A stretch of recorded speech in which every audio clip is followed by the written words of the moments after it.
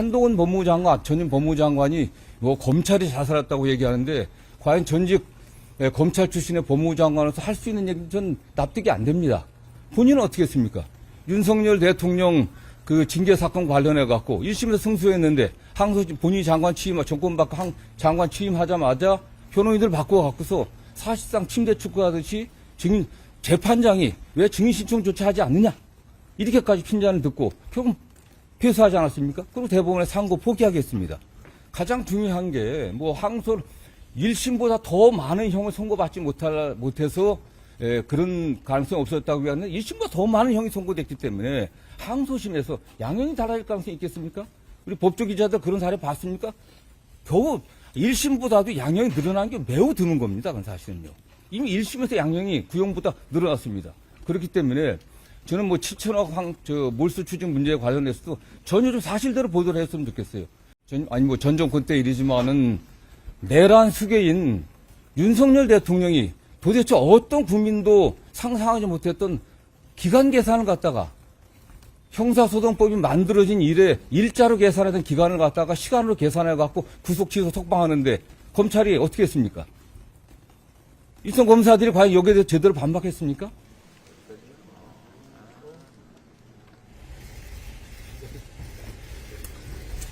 대검찰청으로부터 항소가 필요하다는 취지의 보고를 받으셨던 건 맞나요? 일단 뭐 제가 좀 드릴 말씀 먼저 드리고요.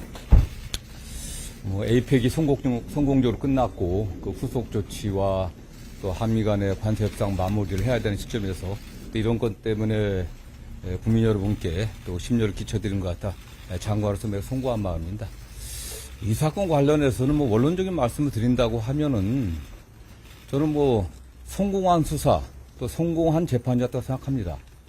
우리가 수사를 하는 이유나 어떤 목적이 뭐겠습니까? 범죄자를 찾아내갖고 증거를 확보해갖고 기소해갖고 그에 합당한 적정량의 형벌이 선고돼갖고 처벌받게 하는 게 수사 기소의 목적입니다. 법원의 판결은 최종적으로 수사 기소가 제대로 됐는지를 판단하는 판사의 어떤 결정 아니겠습니까? 그런 측면에서 이번 대장동 관련 사건은 통상적인 기준에 비춰 봤을 때 검찰이 구형했던 양보다도 더 두 사람은 더 많은 형을 선고받았고 통상적인 검찰의 항소 기준인 그 양형 기준보다도 초과하는 그런 형을 선고받았습니다. 저는 그렇기 때문에 이 사건 관련해갖고 수사한 검사들도 최선을 다해 나름 수사를 했었고 물론 여기에 관련해서는 수사 과정에 여러 가지 문제점이 있었다는 얘기도 좀 많이 나오고 있습니다. 또 공판 검사들도 최선을 다해 공판 유지를 해갖고 공소 유지를 해서 그에 합당한 결과를 냈다고 생각합니다. 특히 가장 핵심적인 유동규에 관련해서는 7년 구형했지만 8년형이 선고됐습니다. 아시는 것처럼 검사가 최종 그 재판에서 구형을 하는 것은 수사검사가 수사를 한 검사가 검찰의 내부 기준에 맞춰갖고 이런 정도면은 최대한을 구형하는 겁니다. 그 구형보다도 판결 선고량이 더 많이 나왔습니다. 물론 법원의 판결 내용에 일부 법리적인 해석의 관점에서 약간의 차이가 있었지만은 전체적으로는 수사 결과에 대해서 법원에서는 제대로 판단했다고 좀 보고 있습니다. 네. 대검찰청으로부터는 항소가 필요하다는 취지의 보고를 받으셨던 건 맞아요? 저는 뭐 맨 처음에 이 사건 결과 법원 선고 나왔을 때 통상적으로 중요 사건 관련해서는 검찰 통해서 법무부에 보고가 옵니다. 보고가 왔고 그렇게 선고가 됐구나. 그런 정도 보고받았고 그런데 항소 여부는 신중하게 알아서 판단해라. 맨 처음에 그렇게 얘기한 것 같습니다. 그러면은 그 대검의 의견을 전달을 했다는 게 그 항소는 신중하게 좀 고려해라 그런 의견을 전달을 했던 게 맨 처음에 사건이 그냥 보고되면은 그렇게 했으니까 알아서 잘 판단하라고 한 거고 그 이후에 제가 이게 한 일주일 안에 항소를 해야 되니까 며칠 제가 뭐 사실 지난주 같은 경우는 아시는 것처럼 국회에서 경제 분야 또 예산 경제가 아니죠. 국회 그 예산 그 종합 질의가 있었고 우리 법사위도 예산 질의 및 또 현안 질의가 있었습니다. 그거 준비하느라고 정신이 없어갖고요. 크게 신경은 안 쓰고 있었고 그 다음에 제가 알기로는 대검의 의견이 이게 뭐 항소 필요성이 있다 그렇게 보고받은 것으로 알고 있습니다. 그때쯤에 처음이 아니라 두 번째 보고 왔을 때 신중하게 판단하면 좋겠다. 왜냐하면 아시는 것처럼 형 선고가 검찰 구형량보다도 더 높게 나온 부분도 있고 뭐 크게 법리적인 측면에서 저도 개략적으로 판결을 받지만 크게 문제되지 않는다는 측면이 있었고요. 아시는 것처럼 항소할 때는 항소를 그냥 무조건 항소하는 게 아닙니다. 형사소송법의 사실 오인이라든가 법령 위반, 양형 부담이거든요. 저는 뭐 크게 사실 판단에서도 크게 잘못된 점은 못다고 봤었고 법령 위반의 측면에서도 법례석의 문제고 판례석의 문제이기 때문에 이게 구체적인 법령 위반된 건 아니다. 양형 부담 같은 경우는 말씀드린 것처럼 충분하게 검찰 구형량보다 더 나았다고 하는 것은 수사도 잘 됐고 오히려 그 수사 검사가 특정인에 대해서는 사실은 뭐 제대로 구형하지 않았다는 거 아니겠습니까? 봐주려고 한 정도 구형을 했기 때문에 그 법원에서는 그 구형보다 더 높은 형을 통상적이지 않습니다. 매우 예외적으로 더 구형량보다 높은 형을 선고했고 나머지 피고인에 대해서도 뭐 절반 이상 통상적 일반적인 사건은 뭐 절반 이상 정도 그 구형의 절반 정도가 이상이 선고되면은 뭐 항소하지 않는 거니까 그런 기준은 크게 문제 없다고 봤기 때문에 그렇게 뭐 신중하게 판단했던 거고 다만 최종적으로 아시는 것처럼 지난주 금요일이 항소 마감 기일이었습니다. 그날은 제가 법사위와 또 그다음 예결이 왔다 갔다 하는 큰 시간이 없었고요. 다만 잠깐 왔을 때 검찰에서 뭐 대검에서 일선 부서에서 뭐 항소하려고 한다고 했을 때 종합적으로 잘 판단했으면 좋겠다. 왜냐하면 이 사건 자체가 뭐 수사나 기소에 있어도 크게 문제가 없었기 때문에 자꾸 일부 많은 언론에서 이게 수사 기소가 잘못됐다고 이야기하는데 수사 기소의 최종 결론이 형이 양형 아니겠습니까? 양형이 있어 충분했기 때문에 이 사건을 계속 가져간다고 하는 게 그게 큰 뭐 도움이 될 것이냐. 저는 나름대로 그런 판단이 있었고 다만 더군다나 제가 그날 오후에 여러분도 아시는 것처럼 남욱 씨가 다른 재판에 그 재판 과정에서 몇 큰 상당히 그 뭐라고 할까 저는 상당히 충격적인 어떤 증언을 했습니다. 이 사건의 수사 검사가 뭐 입에 담기 힘든 말이지만 뭐 배를 가른다, 뭐 장기를 꺼내야겠다, 뭐 그냥 가족의 사진까지 보여주면서 이렇게 협박을 했다 이런 증언까지 나오는 상황에서 이 사건이 계속되게 됐을 때 오히려 더 정적인 문제가 되지 않겠나. 그 다음에 수사 과정과 관련해서는 최초 수사부터 또 많은 말이 있었습니다.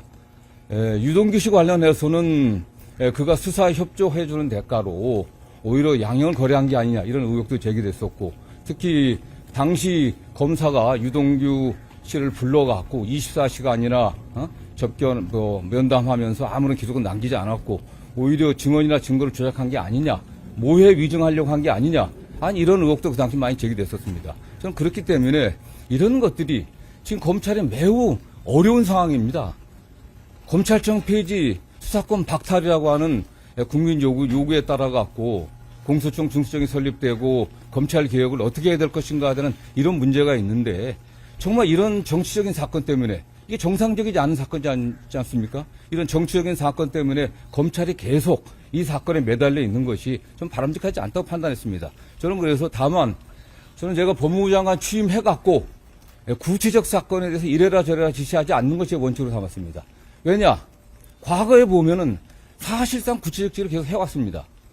해왔기 때문에 한동훈 법무부 장관, 전임 법무부 장관이 뭐 검찰이 자살했다고 얘기하는데 과연 전직 검찰 출신의 법무부 장관으로서 할 수 있는 얘기는 전 납득이 안 됩니다. 본인은 어떻게 했습니까?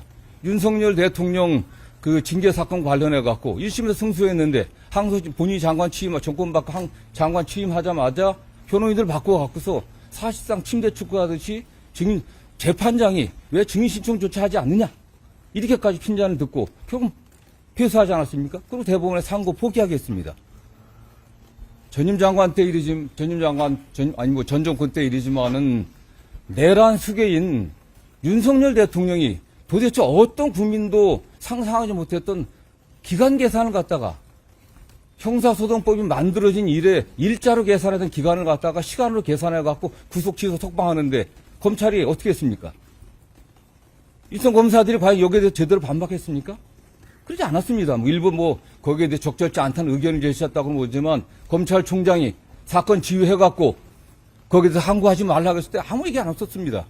저는 이런 상황에서 그러나 저는 그럼에도 불구하고 장관으로서 구체적 사건에서 이래라 저래라 하지 않는 것이 원칙으로 삼았고, 제가 매일 보고 봤습니다. 이런 형사사건도 뭐 공공형사사건, 뭐, 그 다음에 일반 형사사건, 그 외에 뭐, 일반 민사소송, 다양한 종류의 사건뿐만 아니라 여러 가지 검찰 사무에 관련해서 감독권자 하니까 보고를 받지만 이렇게 해라, 저렇게 해라 하는 그런 지침을 준 바는 없습니다. 다음 보고를 받으면 제가 경험한 어떤 사건의 맥락들을 받고 이런 걸 좀 참조했으면 좋겠다. 이런 정도 의견을 제시해 왔고요. 제가 법무부에 있을 때 이 사건에 관련해 갖고 보고 맨 처음 사건 결과 보고 봤을 때는 상당히 중형이 나왔네. 어떻게 예상보다 좀 많이 나왔고 오히려 뭐 그런 제가 표현 정도했던 거고, 두 번째 항소 포기와 관련된 보고는 제가 한 뭐 3, 4일 정도 후에 받았던 것 같은데 좀 신중하게 잘 판단해라 했던 거고, 여러분들이 궁금하신 7일날까지 저는 뭐 이렇게 될 거라고는 생각 자체를 안 했습니다. 7일날 오후는 뭐 법사위와 예결이 왔다 갔다 하느라고 정신이 없어 갖고요. 좀 뭐 그 당시는 보고 왔을 때 좀 여러 가지를 고려해 갖고 신중하게 합리적으로 잘 판단했으면 좋겠다. 이런 정도 제가 의사 표현했습니다. 일각에서는 그 이번 대장동 사건 관련 이제 법무부에서 의견을 낸 것이 사실상 개별 사건에 대한 수사 지휘가 아니냐라는 지적도 나오고 있는데, 일단 신중하게 판단해라는 의견만 전하셨습니다. 그런 정도였습니다. 네. 근데 그 수사팀 관계자가 공개적으로 이제 글을 쓴 데에는 장관이랑 차관의 반대 때문에 항소 포기가 이루어졌다, 이런 지적이 나오고 있거든요. 수사팀은 뭐 그게 추측 아니겠습니까? 그게? 수사팀에 있어서는 저는 뭐 상당히 그런 말씀을 하신 분들의 저희가 좀 의심스럽습니다. 왜냐하면 그 수사팀에서 김만배에 관련해서는 유동규와 관련 7년 구형했습니다. 형이 더 나왔어요. 형이 더 나왔으니까 오히려 그들이 유동규를 오히려 다른 의심들, 유동규에 대해서 본인들이 약속했던 것보다 더 많이 나와서 한 게 아니냐, 이런 의심도 가능한 거 아니겠습니까? 본인들이 구형했던 것보다 더 많은 형이 나온 거예요. 법원에서도 일부에서 얘기하는 것처럼 뭐 이 사건의 범죄 수익을 가서 몰수 추징할 수 없게 됐다 그러는데 그렇지 않습니다. 범죄 수익 환수에 관한 환수 규제법이라든가 부패자산 몰수법에 의하면 몰수나 추징은, 언론들이 잘 써줬으면 좋겠어요. 몰수나 추징은 피해자가 없는 경우 하는 겁니다. 국가가 대신 하는 거거든요. 이 사건은 피해자가 있습니다. 그리고 일부 한 2천억 정도는 이미 몰수 보존이 돼 있습니다. 그리고 이미 이 사건의 피해자라고 규정되어 있는 성남도시공사에서는 민사소송을 제기하고 있거든요. 그렇기 때문에 일부 언론에서 7천억을 갖다 받지 못하게 만들었다고 하면 전혀 사실과 다른 겁니다. 그리고 법원에서는 현재 드러난 범위 내에서는 또 몰수추징 선고를 했던 거고요. 그 다음에 7천억 얘기를 자꾸 하는데 그거는 이 개발 행위에 따른 전체 수익을 7천억입니다. 정당 수익이 어딘지, 정당 수익을 넘어서 성남도시공사가 제대로 일처리를 하지 못해갖고 거기 일부 관계자들이 거기에 도움을 줘갖고 뇌물을 받고 도움을 줘갖고 더 발생한 그 수익이 어느 정도인지 그 부분이 확정이 안 됐다는 거거든요. 저는 이거에 관련해서는 어차피 가장 중요한 게 뭐 항소 1심보다 더 많은 형을 선고받지 못해서 그런 가능성이 없었다고 하는 1심보다 더 많은 형이 선고됐기 때문에 항소심에서 양형이 달라질 가능성이 있겠습니까? 우리 법조 기자들 그런 사례 봤습니까? 겨우 1심보다도 양형이 늘어난 게 매우 드문 겁니다. 그건 사실은요. 이미 1심에서 양형이 구형보다 늘어났습니다. 그렇기 때문에 저는 뭐 7천억 몰수 추징 문제에 관련해서도 전혀 좀 사실대로 보도를 했으면 좋겠어요. 이거 받을 수 없는 게 아닙니다. 이미 민사소송이 돼 있기 때문에 공소유지 잘해갖고 항소심에서 이게 물론 그거 추징이 안 됐다고 하더라도, 뭐 몰수 추징 판결이 안 됐다고 하더라도 그 범위가 명확히 확정된다고 하면 민사소송에서, 그게 확정이 안 된다고 하더라도 민사소송에서 관련들을 입증 제대로 하게 되면 좀 받을 수 있는 겁니다. 보시죠. 자, 먼저 하죠.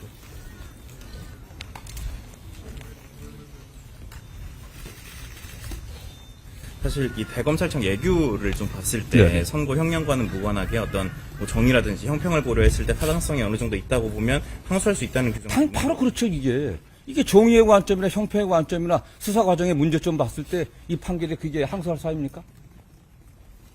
더 나았다니까요, 구형보다. 그리고 가장 중요한 게 저는 뭐 금요일 날 남욱 씨의 법정권에서 굉장히 충격을 받았습니다.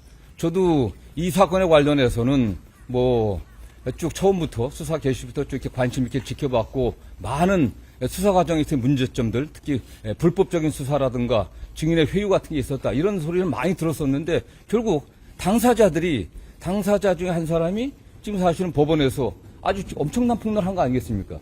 그런 정도의 뭐 배를 가르겠다는 정도의 어떤 그런 위협이 있었다고 하면 누가 거기에 대해서 수사 협조하지 않겠습니까?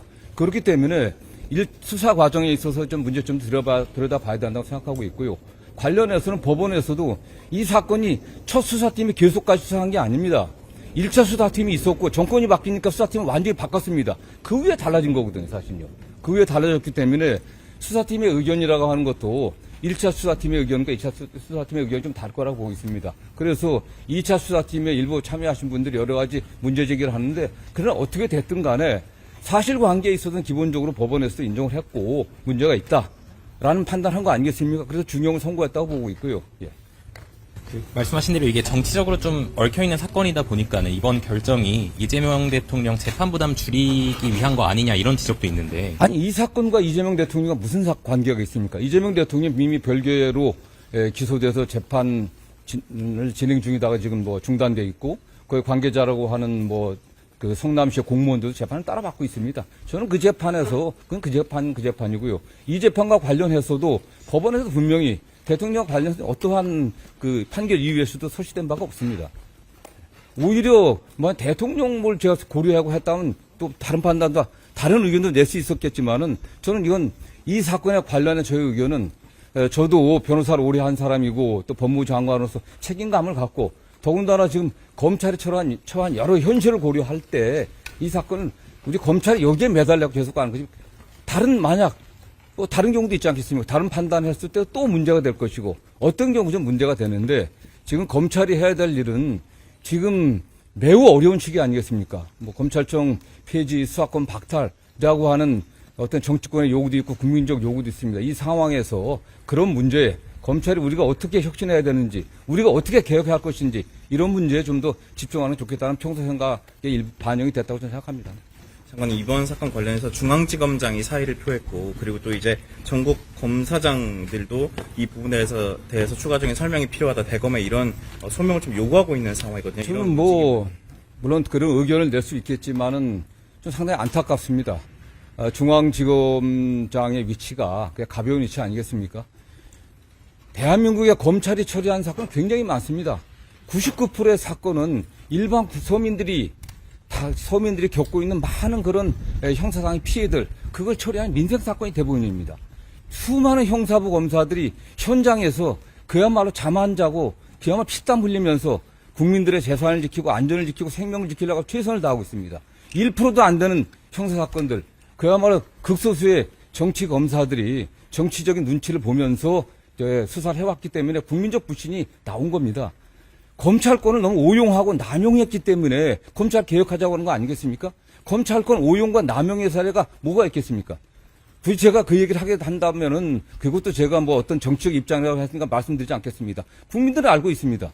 검찰이 수사권과 기소권을 독점하고서 얼마나 많은 권한을 갖다 남용하고 사건을 왜곡해 왔는지 이제는 거기서 벗어나야 됩니다. 저는 이 차제에 중앙지검장이나 검사들이 한번 생각을 해보십시오. 가슴에 손을 얹고 우리 검찰이 어떻게 나가야 되는지, 어떻게 해야 국민을 위한 검찰로 거듭날 수 있는지, 이런 점들을 고려했으면 좋겠어요. 물론 뭐 내가 책임을 진다 하고 그 자리에서 벗어나면 본인은 편할 겁니다. 그러나 그런 것들이 검찰의 발전을 위해서, 국민들이 기대하는 검찰 개혁을 위해서 뭐 좋겠습니까?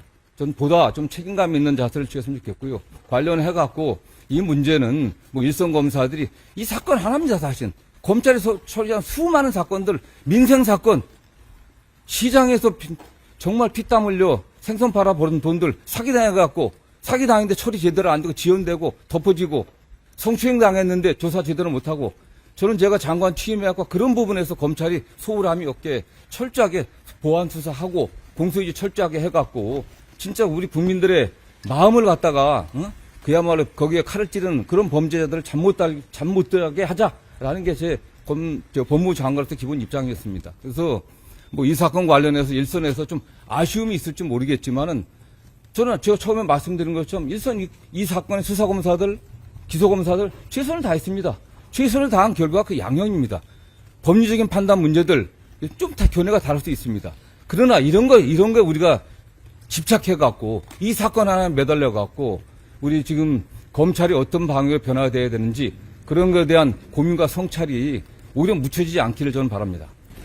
장관님, 7일 날에 직접 그 좀 신중하게 접근했으면 좋겠다는 취지의 의견을 노만석 대행한테 직접 전달을 하신 걸까요? 저는 뭐 노만석 제가 법무부 장관 취임한 이래 사건과 관련해서 노만석 검찰총장 대행과 통화한 적은 단 한 번도 없습니다. 혹시 그럼 그 의견을 누구에게 전달을? 저는 뭐 법무부에 뭐 차관도 있고 또 국장도 있고 과장도 있고 참모들하고 뭐 보고대 왔을 때 잠깐만 뭐 딴 데도 아닙니다. 국회 안에 우리 법무부 대기실 바로 그 공개된 장소 거기서 얘기했습니다. 총 그럼 3차례에 걸쳐서 의견을 대검 쪽에 전달. 뭐 맨 처음에는 그냥 통상적으로 매일 아침 뭐 말씀드리면 뭐 굳이 말씀드려야 될지 모르겠지만 그냥 아침에 모든 뭐 중요 사건들에 대한 보고가 있기 때문에 장관이 알아야 되니까 언론에 이런 사건이 났다. 판결 선고가 이렇게 났다. 이런 정도 보고 맨 처음 되는 거고 저는 뭐 그럼 그렇다고 끝납니다. 두 번째에 와서는 뭐 이게 그 일선에 정확히 며칠 기억나지 않겠습니다. 며칠 지난 후에 현장에서 뭐 항소포기 의사가 있다. 항소해야 된다라는 의견이 있다는 그런 보고를 받았고요. 그래서 뭐 크게 신경 쓰지는 않았습니다. 뭐 그랬다가 하면 그때부터 논의를 했겠죠. 뭐 아시는 것처럼 이게 마지막 날 이게 문제가 된 거 아니겠습니까? 네. 그럼 그 7일 당일에는 법무부 내부에서 이 사건의 항소 여부를 둘러싼 구체적인 내부 논의가 진행된 건 없는 그러진 아닙니다. 저 국회 전 간부들이나 저나 그날 아침부터 국회에서 밤 11시까지 있었습니다. 검찰 내부에서 혼란이 좀 많은 상황인데 끝으로 이거 관련해서 한 말씀만 부탁드리겠습니다. 저는 좀 안타깝습니다. 말씀드린 것처럼 에이펙 성공 이후에 저희 법무부도 국민들이 좀 편안하고 안전하고 또 경제 발전에 좀 도움이 되는 그런 방향으로 역할을 해야 된다는 제 생각을 또 가지고 있었습니다. 제가 처음 장관 취임에서도 경제를 살리는 법무 행정의 혁신을 만들겠다는 얘기를 했습니다. 근데 그럼에도 불구하고 에이펙의 성과라든가 또 여러 가지 또 대통령께서도 또 경제 안정과 민생 안정에 헌신하고 있는데 그런 면에서 국민들에게 좀 염려를 들게 된 것 같아서 저는 죄송한 마음이고요. 다만 어쨌든 일선의 대부분의 검사들은 민생 안정과 국민의 생명 재산 안전을 지키기 위해 최선을 다하고 있습니다. 일선의 검사들이 본래 본인이 맡았던 검찰의 임무들 본인이 우리가 현재 갖고 있는 수사권의 범위 내에서 또 최선을 다해주고 또 수사기관에서 수사해온 사건들 잘 뒷마무리하고 공소유지 잘해갖고 범죄자들이 잠 못 들게 하는 그런 검찰의 역할들 최선을 다해주시면 좋겠습니다. 이건 그렇게 뭐 이게 뭐 자꾸 정치적으로 해석하고 일부 언론에서 범죄 수익 관련해서 전혀 뭐 사실과 근거 없는 왜곡을 하는데 그렇지 않았으면 좋겠습니다. 정확하게 법리적으로 판단하고 했으면 좋겠습니다. 저는 뭐 그런 면에서 중앙지검장도 어쨌든 일선 검찰의 책임자로서 책임감을 느끼고 사의 표시를 했는데 그러나 앞으로 우리 검찰이 나가야 될 방향에 대한 깊은 고민들 그런 걸 하면서 차분하게 맡겨진 일을 다하는 게 국민을 위한 길이다 이런 말씀을 좀 드리고 싶습니다.